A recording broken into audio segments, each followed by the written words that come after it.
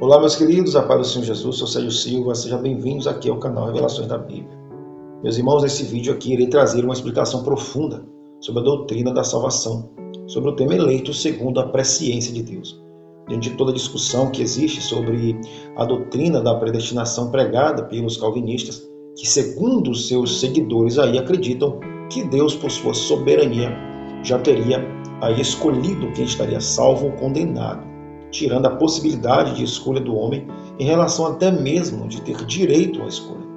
Existem alguns versículos-chave usados pelos que defendem essa doutrina e eu vou esclarecer à luz da Bíblia que a doutrina da salvação está muito além das discussões entre calvinistas e arminianos. Então fica comigo até o final desse vídeo para não perder essa bênção. Se você gostar do vídeo, se inscreva no canal, deixe seu like e seu comentário para nos ajudar.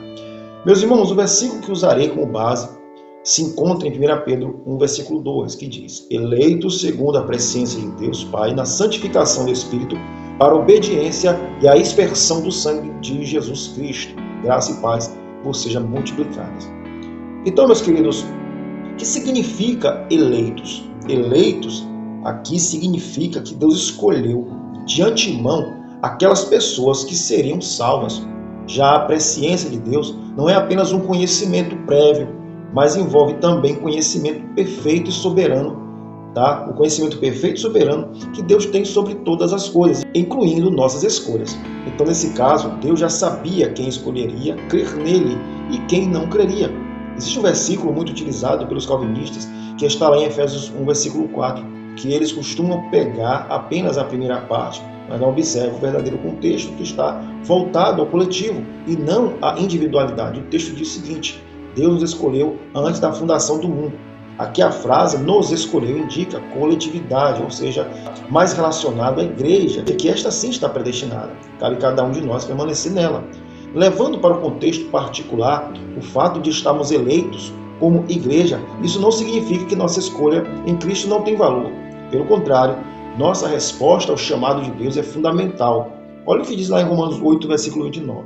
Porque os que dantes conheceu, também os predestinou para serem conforme a imagem de seu Filho, para que ele seja primogênito entre muitos irmãos. O que isso significa?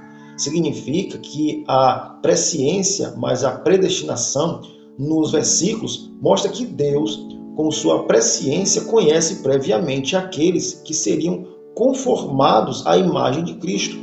Ele então os predestinou para serem salvos, e transformados conforme o seu plano divino. A presciência de Deus não anula o livre-arbítrio do homem, mas Deus, em sua soberania, já sabe como cada pessoa responderá ao seu chamado. E isso é completamente diferente de uma decisão arbitrária de escolha de quem aceitará ou não. Aqui também a eleição é aplicada como um chamado à santidade. Tá? Porque se você observa o que diz lá em Pedro 15, 1 Pedro 15, diz o seguinte: mas como é santo aquele que vos chamou, sede vós também santo em toda a vossa maneira de viver. 1 Pedro 1, versículo 15. Isso significa que a eleição não é apenas sobre a salvação, mas também sobre um chamado à santidade. Santo significa separado por Deus, vivendo de forma que reflita seu caráter. Quando Deus nos escolhe, Ele nos capacita a viver em santidade, afastados do pecado. E o Espírito Santo atua em nós para produzir aí em nossa vida, o fruto da santificação. O papel do Espírito Santo na eleição e santificação é muito importante. Sede santo, porque eu sou santo. 1 Pedro 1, versículo 16. Isso significa que Deus nos chama para uma vida de santidade, mas é o Espírito Santo quem realiza essa transformação. Ele nos capacita a viver de acordo com a vontade de Deus. Esta santificação não acontece de uma vez, mas é em processo. É um processo contínuo, em que somos moldados à imagem de Cristo. E aqui está outro versículo que os calvinistas gostam muito de usar, porque Deus é o que opera em vós, tanto querer como efetuar, segundo a sua boa vontade. Filipenses 2, versículo 3. O problema é a interpretação equivocada. O que significa querer? Nossos desejos estavam voltados para o pecado, mas ao sermos salvos, o Espírito Santo coloca em nós o desejo de viver segundo a vontade dele. Lembrando que o querer efetuar não se aplica antes da conversão. Não se aplica antes da conversão, e sim depois. E é claro que é necessário ter um desejo de querer que o Espírito opere e tenha liberdade para agir e realizar o querer e o efetuar de Deus. Deus também nos dá a capacidade de agir conforme seu querer. Ele não só coloca o desejo, mas também nos capacita a realizar sua vontade. Após a conversão, isso significa que nossa obediência a Deus não é apenas uma responsabilidade, não é apenas algo nosso, mas uma obra que Ele faz em nós. Sem Ele, não conseguiríamos fazer nada, mas com Ele somos capacitados a fazer a sua vontade. Mas como Deus opera em nós o querer efetuar? Lá em Isaías 48, versículo 17, vai dizer o seguinte: Eu sou o Senhor, teu Deus, que te ensinei o que é para o teu bem e te conduzi pelo caminho em que deves andar. Isaías 14, versículo 17. Isso significa que Deus, em sua misericórdia e graça, nos ensina o caminho e nos guia, nos fortalecendo para fazer sua vontade. Ele nos guia através do Espírito Santo para tomarmos as decisões corretas. Ele também nos dá sabedoria e poder para seguir o caminho da santidade que Ele estabeleceu para nós. Então, qual a conclusão da eleição e da obra de Deus em nós? Vamos ler o que o apóstolo Paulo diz em Romanos 8, versículo 28. Nós sabemos que quem ama a Deus, todas as coisas cooperam para o bem daqueles que são chamados segundo o seu propósito. Que propósito? O propósito de João 3, versículo 16. Porque Deus amou o mundo de tal maneira que deu seu Filho unigênito, para que todo aquele que nele crê não pereça, mas tenha a vida eterna.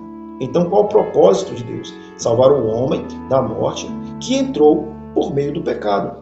Qual a condição do homem? A condição é crer no Filho de Deus para entrar no propósito. E se você entrar no propósito, não foi porque Deus predeterminou isso, baseado em um querer arbitrário, fazendo acepção, mas porque sabia que você receberia a boa palavra e abraçaria, como diz lá a parábola do semeador. Você foi a terra boa que escolheu a boa semente, jogada aleatoriamente. Isso também quer dizer que aqueles que são eleitos por Deus, chamados segundo o seu propósito, podem confiar que todas as circunstâncias da vida cooperam para o bem deles. A eleição, então, nos leva a uma confiança plena de que Deus está no controle de tudo e que Ele opera em nossa vida para nos conformar à imagem de Cristo. Ele nos chama, nos capacita, nos sustenta até o fim. Então, meus irmãos, a conclusão final que temos aqui é que a eleição de Deus é uma obra sobrenatural que Ele realiza em nossas vidas, tá? Desde nos dar a oportunidade da escolha antes da fundação do mundo, até colocar em nós o desejo de seguir a sua vontade após essa escolha, tá? E até nos capacitar a viver essa vontade. Essa obra da redenção é completamente soberana e totalmente dependente da graça de Deus, mas também nos envolve ativamente, pois somos chamados para responder com obediência e fé. Então, Deus pode escolher quem quiser? Claro que sim, mas isto é algo específico, exige um propósito específico. Deus jamais violará princípios simplesmente por capricho. É por isso que na obra da salvação, Ele gostaria que todos se salvassem, mas para ser justo com todos, escolheu colocar esta decisão em nossas mãos. Entendeu, pessoal? Bom, meus queridos, esse aqui foi mais um vídeo do canal. Espero que vocês tenham gostado. Se vocês gostaram, se inscrevam, deixe um comentário, deixa seu gostei para nos ajudar.